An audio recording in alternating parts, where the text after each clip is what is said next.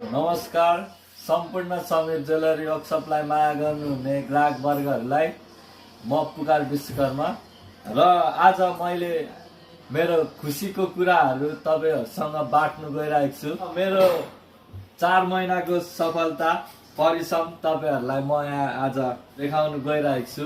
म नेपालदेखि आउँदाखेरि चाहिँ मैले काम पनि मलाई आउँदैन थियो र अहिले चाहिँ मैले 4 महिनाको हार्डवर्क गरेर मैले बनाउन सफल भएको छु। सुरुमा हात बसाएको भनेको यो तिलरीहरू देखियो, बादमा मैले यो धतुरो गेडी भन्दो रहेछ यसलाई चाहिँ, धतुरो गेडी पनि मैले यतिको फिनिसिङमा ल्याउन सफल भएको छु। यहाँ छ हाम्रो यो छड्के तिलरी, हेर्न सक्नुहुन्छ तपाईहरुले, र यो पनि फिनिसिङमा ल्याउन मैले सफल भएको छु।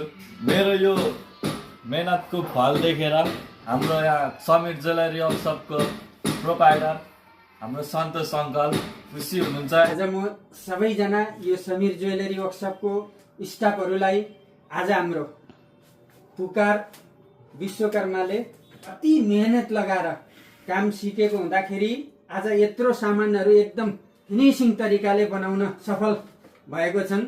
यस खुसीमा समीर ज्वेलरी वर्कसपको तर्फबाट सानो यो ट्रफी दिन लागिरहेको छु र राम्रोसँग प्रयास गरेर काम सिक्नु।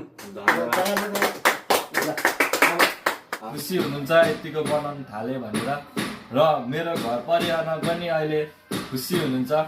सम्पूर्ण समीर ज्वेलरी वर्कसपलाई माया गर्नुहुनेलाई म नम्र निवेदन गर्दछु, तपाईहरुले समीर ज्वेलरी वर्कसपको पेजलाई फलो गरेर कमेन्टमा सल्लाह सुझाव लेखिदिनुहोस्।